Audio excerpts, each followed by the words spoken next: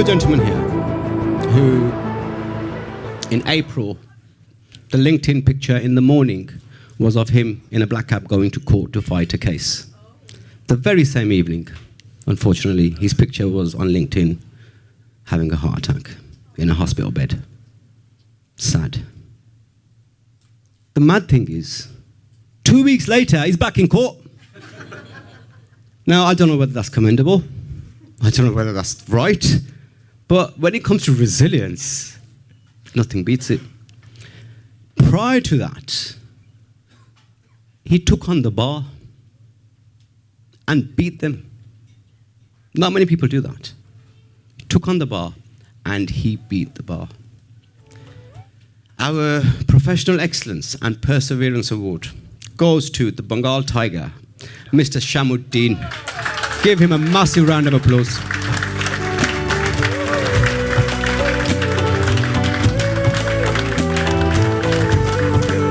I've never seen him this quiet, actually. Normally he wants to start dancing on stage. Thank you very much. I want to say a few words. I won't stop. Assalamu alaikum, ladies and gentlemen, and good evening, distinguished guests. It is an honor for me, actually, to get this award. In fact, it is emotional for me to get this award. Many of you may know me. Some of you have already come up to me and said, "Are you the chap from LinkedIn?" Well, that's a different story, and I'll go on all night, but I'll come to that in a moment if I need to. But the other day, I was summoned to Costa's in, what's that?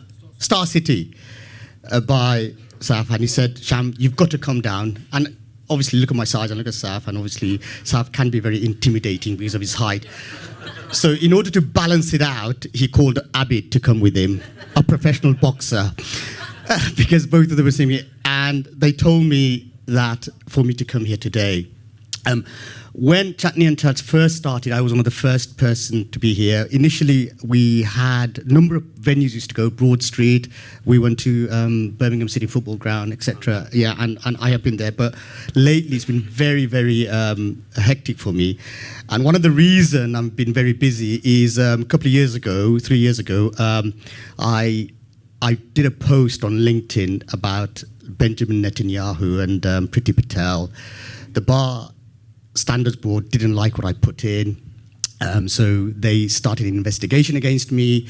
I said I haven't done anything wrong. I said, by the way, because you've investigated me, I'm going to sue you afterwards.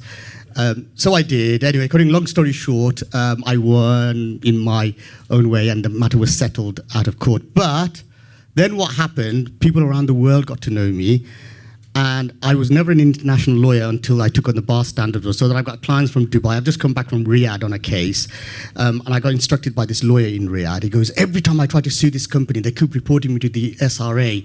I need you to represent me. So that happened as well. Anyway, as a result of my infamy, I got busy. And so I started this 3 months fraud trial in April in London. I just came back from Dubai on a case, and the second week I started a trial.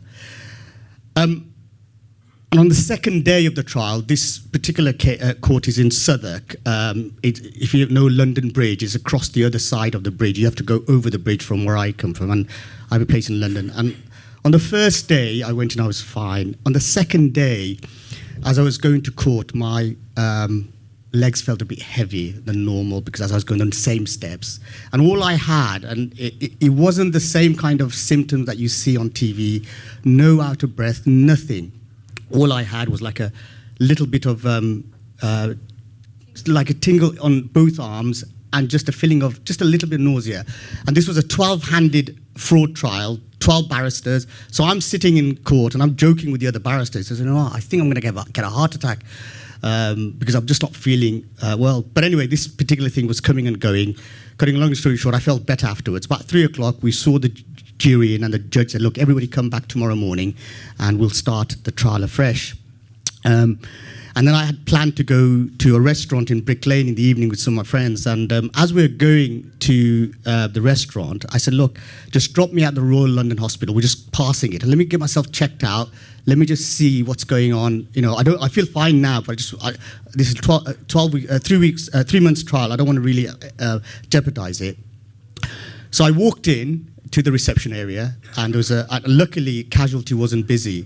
So I said to the lady in the reception, I said, I don't want to sound dramatic, but I think I've had heart attack symptoms. Can somebody just check me out?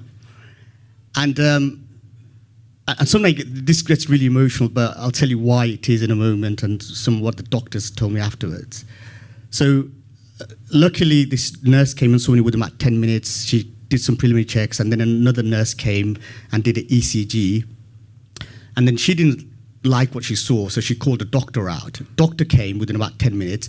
They took me into a room. They put me on a couch. There's a doctor on one side and a nurse on the other side. And I had what is called a VF arrest. I didn't know that. When you have a VF arrest, you have 3 minutes to survive. And they said, had I had it even in the reception area, I would have died. So at 20 minutes later, I wake up in an ambulance. I thought, what am I doing in an ambulance? I've just come into the hospital. He goes, have you ever been driven 100 miles an hour in an ambulance? I said, no. He said, we're going to drive you to St. Bart's to put a stent on you. You've had a VF arrest. We've revived you. They had to pump me. I didn't know any of this. And then I've got oxygen mask all over me. And my daughter had just started a job in, yes, I am old enough to have a daughter who's working.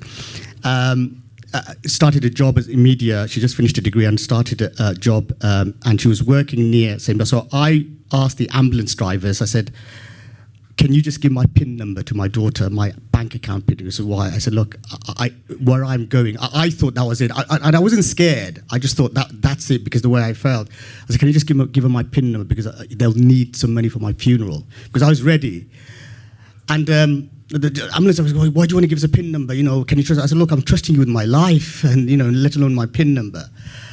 So they then drove me to St. Bart's, and there was doctors and nurses waiting outside. They dragged me in and put a stent on me. And then, God's honest truth, my daughter, she works with for a company where they deal with models. I can't give you the names of the models. So anyway, as I come out of the operation theatre, they dragged me out. And I thought I'd died and gone to heaven. There's like 3 models standing there with my daughter. And the best thing that happened, the doctors thought I was somebody special. They didn't put me in a ward. They put me in a room to myself. I don't know if you guys saw the video on LinkedIn. I thought, I can't believe it.